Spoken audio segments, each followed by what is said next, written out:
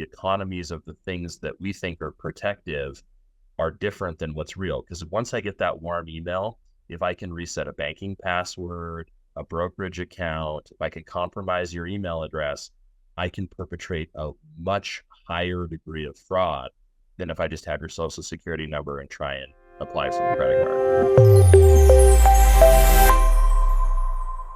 Welcome back to another installment of the Next Gen Case Study Series. On today's episode, we have Brian Perks, who is the founder and chief strategy officer of 5x5, a leading data cooperative focused on providing businesses with enhanced control over their data ecosystems. With a mission to revolutionize data accessibility and standardization, Brian leverages his deep expertise in AI and data-driven solutions to help organizations optimize their marketing, sales, and decision-making processes. He has played a key role in positioning 5x5 as a pioneer in transforming data from a mere commodity to a strategic utility, which is why we're excited to have him on the show. Brian, welcome to the program. Thanks, Devin. Glad to be here. I'm really excited to get into some of this. I am going to acknowledge right off the bat that some of it is way over my head. So you'll have to offer me a little bit of patience as we dig through this. Brian, before we get too far ahead of ourselves, though, I'd love to start with just a quick couple of minutes on who you are, where you came from, and how you found yourself creating 5x5 and now operating as the chief strategy officer. So I've been in the data space for more than 20 years. One of the first data companies I was involved in is a platform called Jigsaw, which was acquired by Salesforce, which again took an atypical approach to data, collection of data, kind of a Wikipedia for business contact data. In the time since, I have been the GM and CRO of companies like People, and I ran data acquisition, licensing, partnership, and the digital strategy for ZoomInfo post-IPO. Wow. Okay. So you really are a pioneer in all of this whole kind of, I don't even know what I would call it, just data aggregation and collation, like just sifting through and making sure that what's out there is accurate.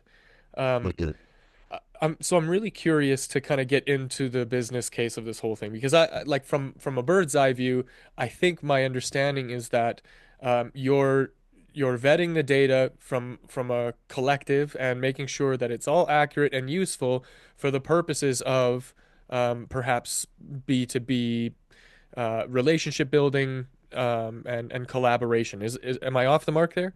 If you're square on, actually, Devin. Okay, So awesome. our approach here, we're all familiar with data brokerage, and the challenge of brokerage is there's no value add in data brokerage. And so an example is if you and I are going to go have dinner tonight, we pick a restaurant, we show up, we expect that restaurant, as a platform to have all of the ingredients necessary for the meal that we're going to order off the menu. As consumers of sales and marketing services, we know that all of these platforms run on data. And unfortunately, data has been disintermediated from those platforms, which has forced the consumers or the purchasers of those platforms to go out, to leave the restaurant and to go out and to source that data for usage in their campaigns, et cetera. The challenge with that is the limitations that puts in terms of licensing, usage, the amount that you're paying for that data set relative to, the underlying cost of that data. So 5x5, after my nearly 20 years in the space, is an effort to eliminate that brokerage model and to bring a utility style data offering to those platforms. So now when you show up with your email service provider and are building out your campaigns, they have that data. And what they're doing in that ecosystem with us is all of those platforms sell in ESP deliverability.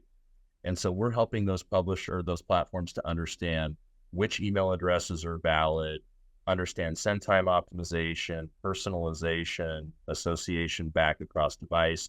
How can I take what's in my email channel and activate it in digital?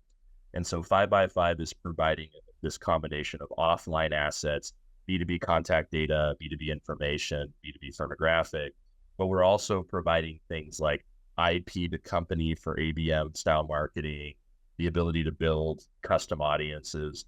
We lovingly refer to these products as the $1 billion building blocks because when you look at these are the pervasive data assets that are used across all of these services, whether it's digital marketing, the same attribution functions are required.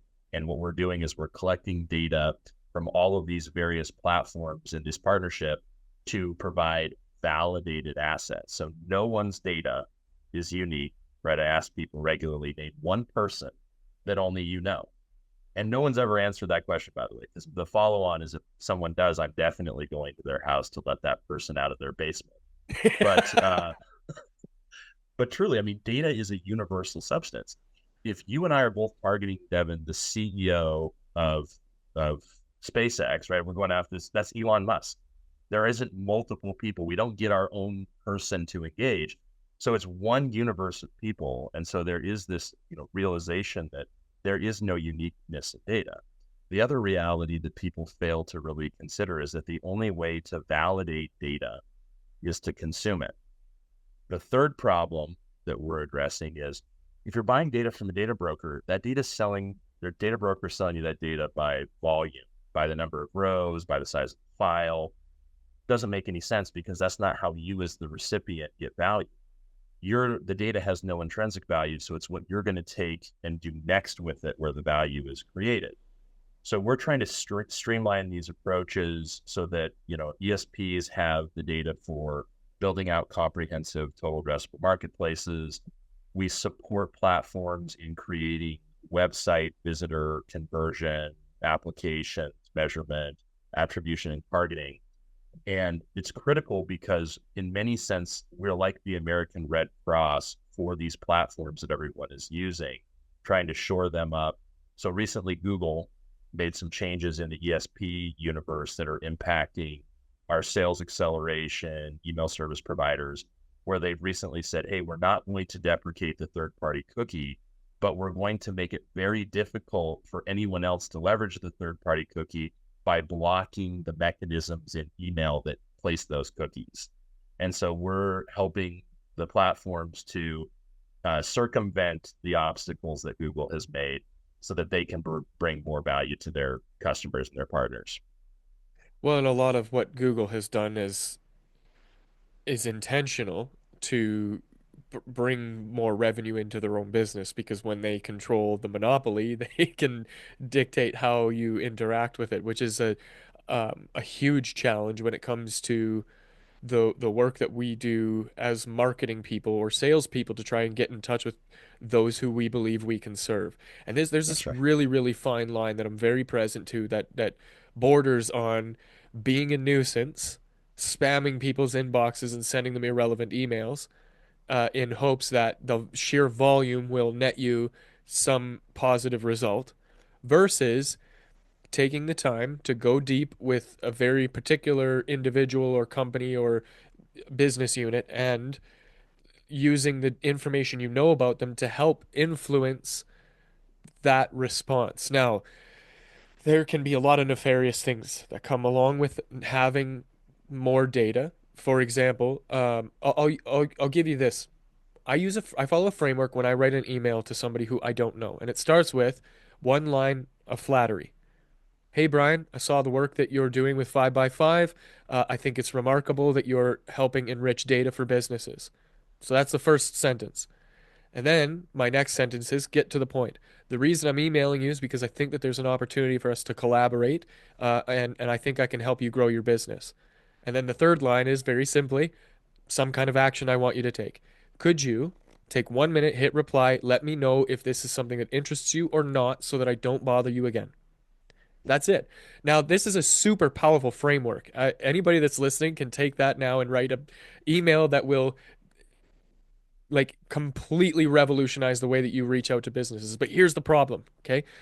We as marketers, the good ones, know that you can finesse that top line and really connect with somebody in disingenuously.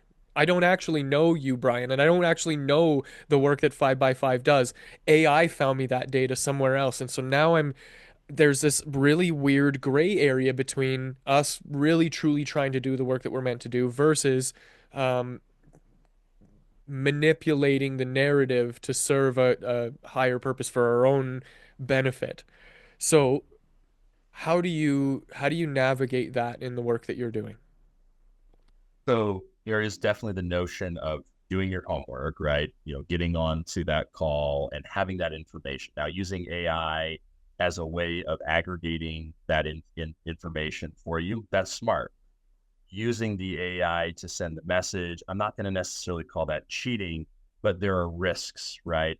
Just as you said, there's a reputational risk. Do I recognize it as being disingenuous? Like, how's it going to impact, my response? And so I think that a lot of the effort and the uses of AI with these LLM models to understand behavioral intent, what products I'm in market for, what products you're in market for. I always use the example that 70% of people prefer targeted audiences. Targeted ads. I would like to see things or ads for things that I might actually buy.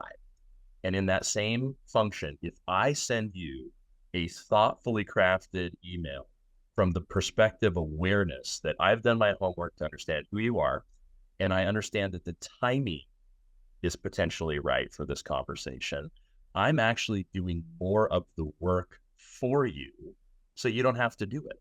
If I position you or position to you the solution to something that you're very vaguely coming into awareness of an issue that you have, it starts to resonate with you, right? We're curious human beings by nature.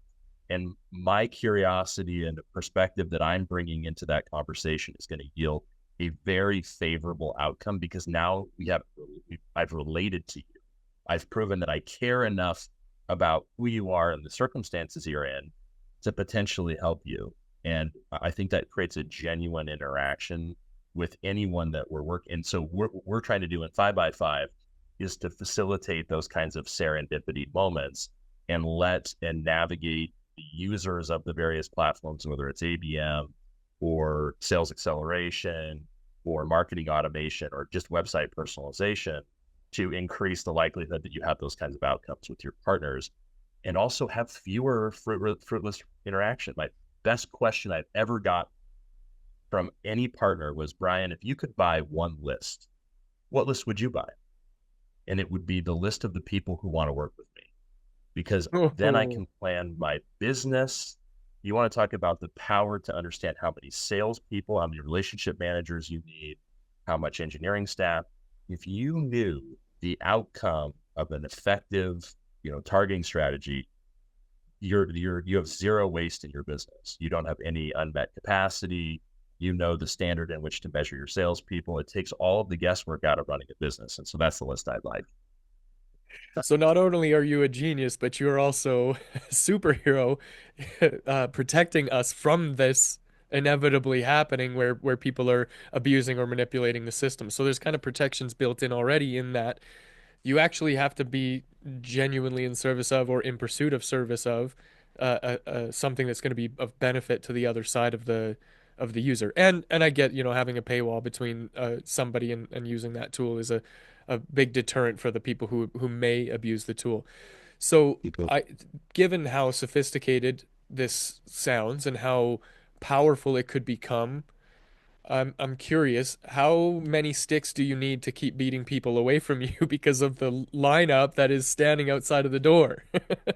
we are private equity, in terms of our status. We're probably one of the biggest players in the data space that most people haven't heard of. And in the same way that, the Intel inside, type of function, we Hmm. are a utility, right? If you go in and you have a fantastic restaurant experience, you never really think about the fact that, there was electricity there was water in the restrooms and in the kitchen. And so we're kind of the unsung hero of this space. But in the background, we do a lot for advocacy. One of the positions that we really support is that the only way to protect data is by understanding and identifying that data. And data is a terrible defender of data. So, Devin, I can do a little bit of research on you and figure out the kind of out of wallet questions like your mother's maiden name, probably going to find that on Facebook. So trying to protect data using data is an antiquated idea and simply bad, right? You Right. need to go out of channel to protect that data. And so what we're doing is we're working with the platforms in fraud, identity, that are looking at the corpus of information that needs to be protected. So we've now defined, what is the home base, what is the fort that needs to be defended, and then now we're facilitating ways and next generation of intelligence and applications and platforms and potentially regulation that's going to help safeguard our privacy, our security.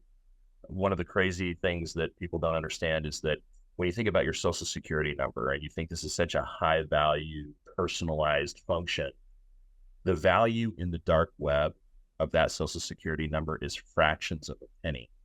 But a functional, warmed, functioning email is worth about $5. So you see here that the economies of the things that we think are protective are different than what's real. Because once I get that warm email, if I can reset a banking password, a brokerage account, if I can compromise your email address, I can perpetrate a much higher degree of fraud than if I just have your social security number and try and apply for the credit card. Man, I've been saying this for the last 2 years since they integrated two-factor authentication that um, it's just a dummy email. I don't need 6 ways to protect it. What are you trying to save here? It's just me and like 4 other people that use this email. And now I'm starting to see, just in talking to you, why that would be more valuable than the things that we Yeah. perceive to be valuable. That is a very interesting perspective. So maybe I was off the mark here. Who needs what you're doing then? If it's not, because I was trying to compare you to a Zoom Info or Apollo or the like, and I'm starting to get a sense that maybe that's not who you're after. You're aiming at a different group of people.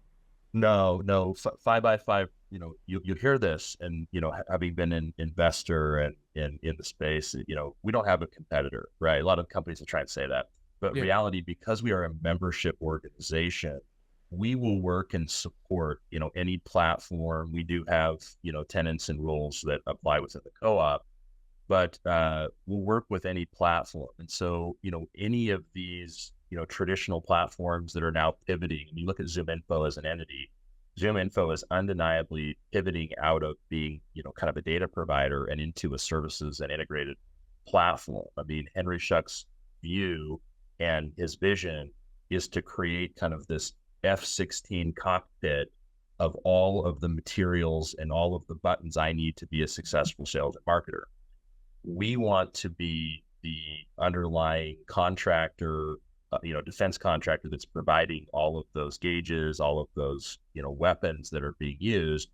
And, that utility function, it is simpler because, again, no one's data is as good as everyone's data.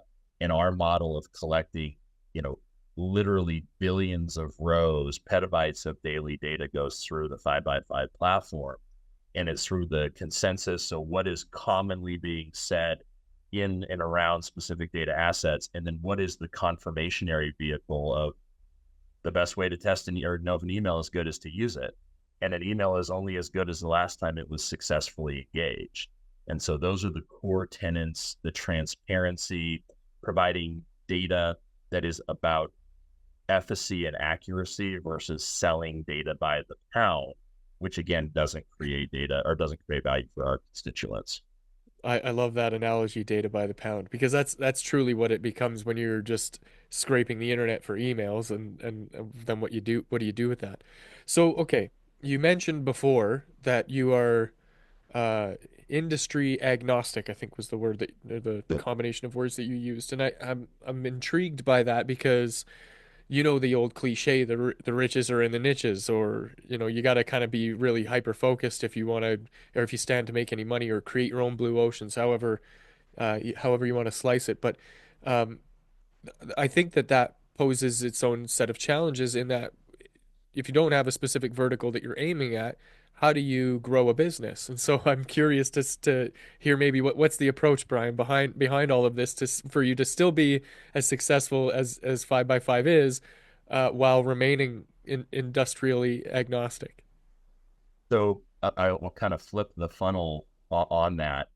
And the reality is that phone numbers, first name, last name, all of the attributes around us as individuals are absolutely available as for me as a consumer and the transactions that I'm making, the underpinning identity and targeting functions around my email address, my IP address, all of these vectors, these pillars of identity, pillars of data are are universal across all of the applications, whether it's in targeting me for a connected TV ad or establishing my identity in the context of a purchase or a transaction or receipt of funds or whatever the other functions that this data appears.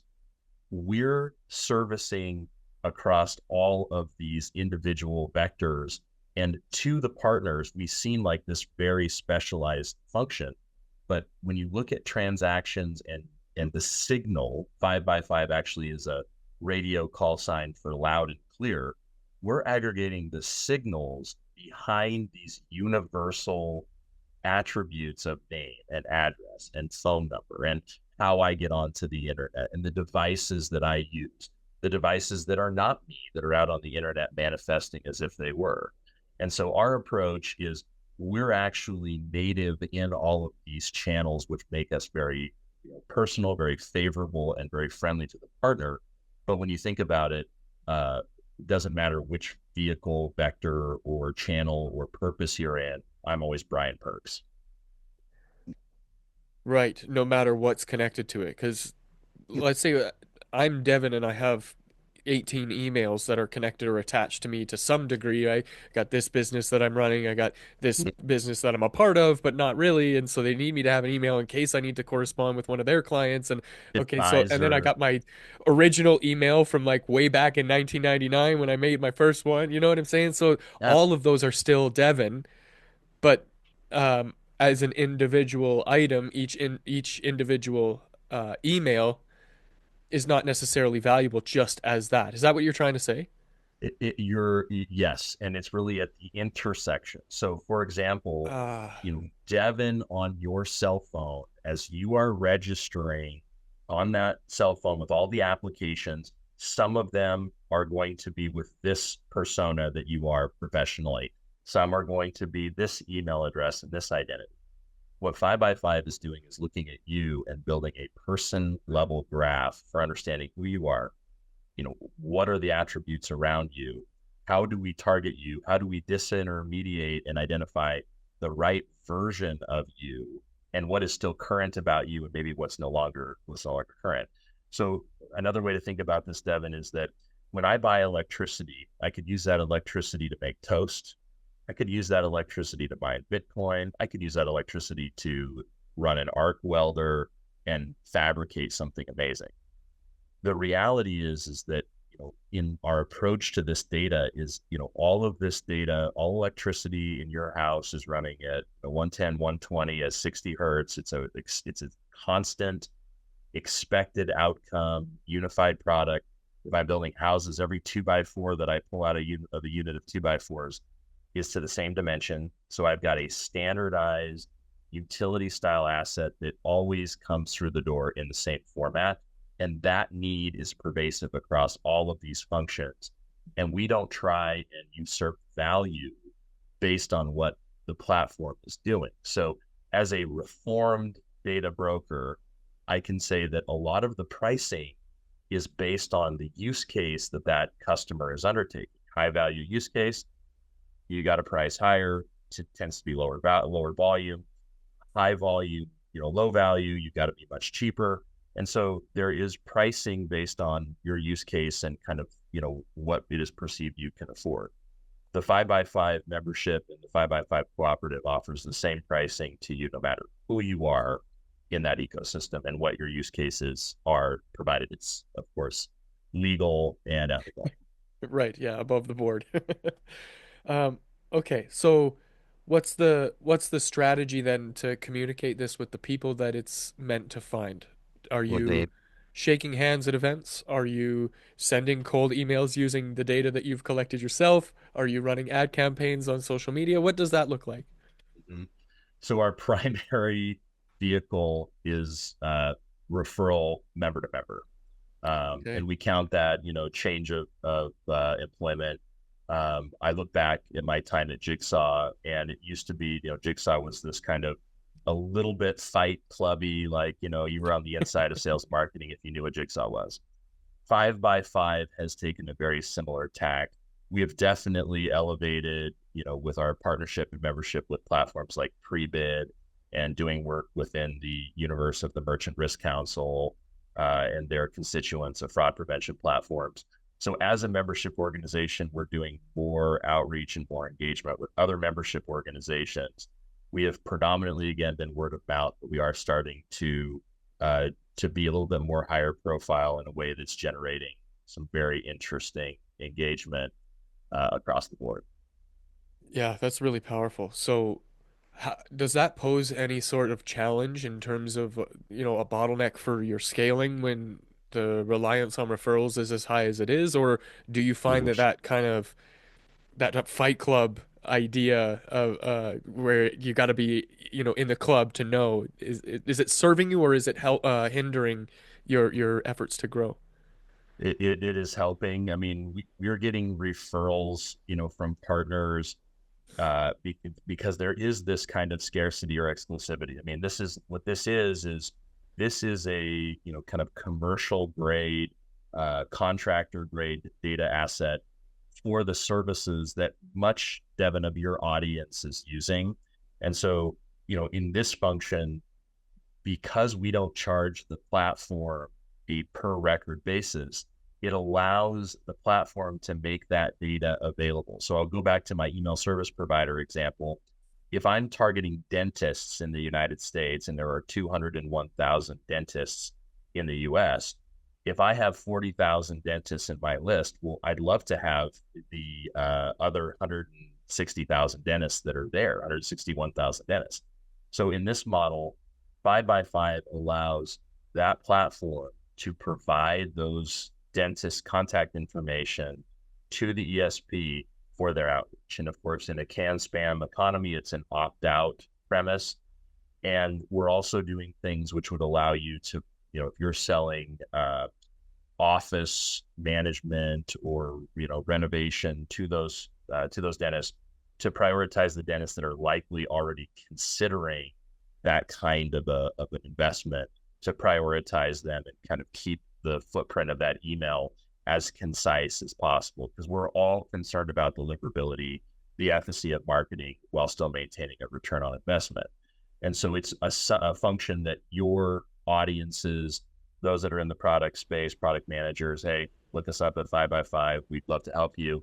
And if you're listening and you're interested in, how do I stop writing a $25,000 a year check to get access to a sales prospecting database that isn't giving me what I want, bring 5x5 to the attention of your platforms that you're using, because we would love to support them and support you through that venture. Yeah, that's really powerful. I- I'm already imagining the potential use cases and how this could fit into a number of different things, even myself that I use.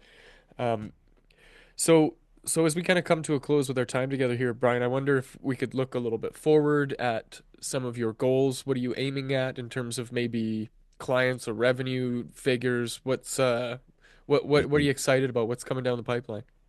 So 5x5 has recently expanded our co-op to create our publishing alliance. And we've looked at the plight of the publisher over the last 15 years, where platforms like LiveRamp and the exchanges, have put the publisher in a precarious position where they no longer really understand who is on their website and who their audience is.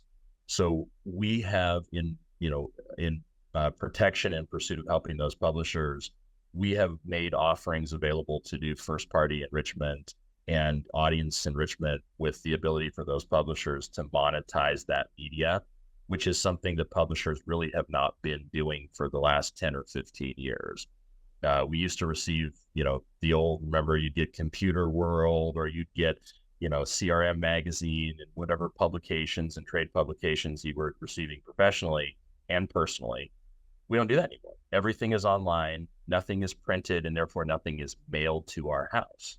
So that mailing address was a critical linkage for publishers in understanding their circulation and their audience.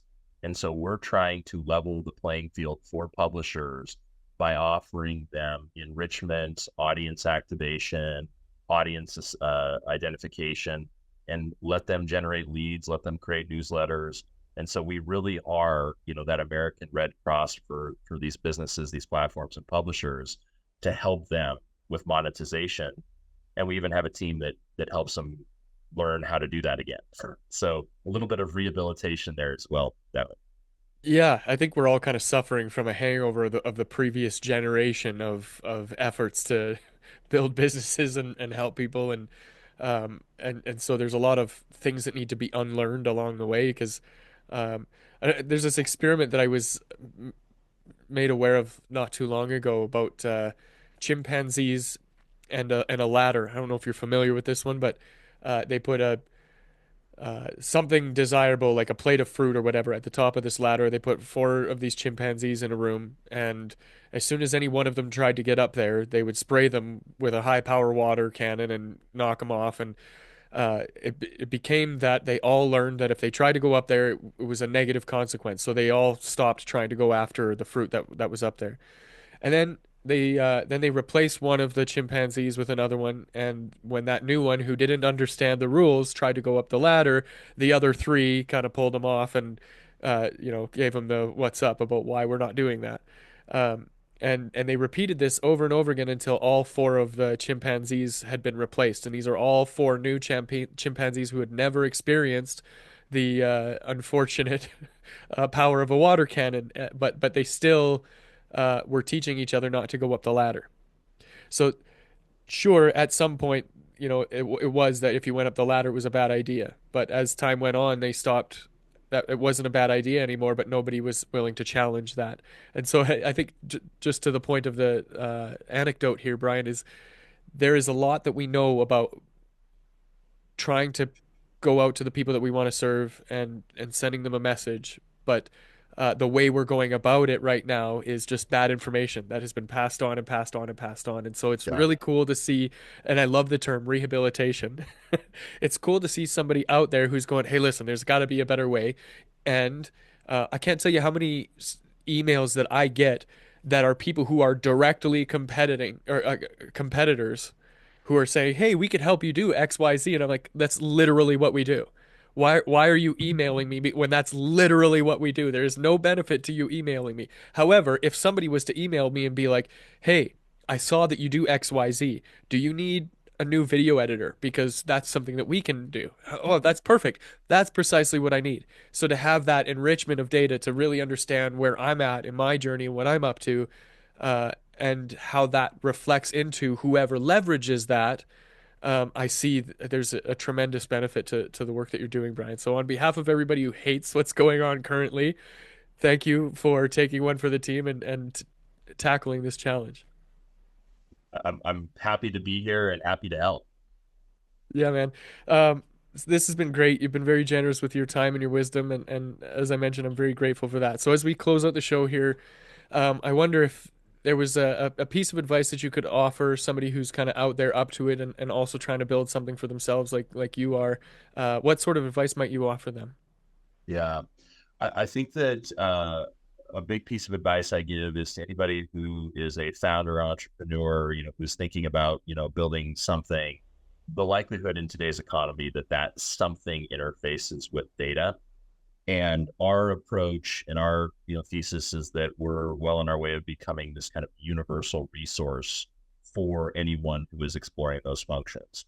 And we can help them understand kind of the universe of what happens and what can happen with those products, like going into a showroom, looking at how you're going to furnish or otherwise decorate your house. We can help with the planning. We can help with what is available, what should you consider, what are the pitfalls. And so if you're thinking we're interested in doing something, definitely hit us up, and we would love to help you get an understanding of what is possible. Awesome. And in line with that, if somebody did want to reach out to you to work with you or pick your brain, what's the best way for them to do that? Yeah, my email is Brian at 5x5 co-op, which is COOP actionable.com. And I'm happy to get you connected. We've got membership coordinators and membership consultants that help you through every aspect. I'll jump on those calls and get my 2 cents as well. But please don't hesitate to reach out to us, and I'm sure we can put my email in the comments. I love it. Awesome. Yeah, we'll make sure to link to that in the show notes so that anybody listening or watching can find you easily. And on that note, if you wanted to reach out to me and my team for any of your marketing or AI needs, you can visit nextgengrowth.com. Otherwise, that's it for this conversation. Thanks for joining us for this episode, and I will see you in the next.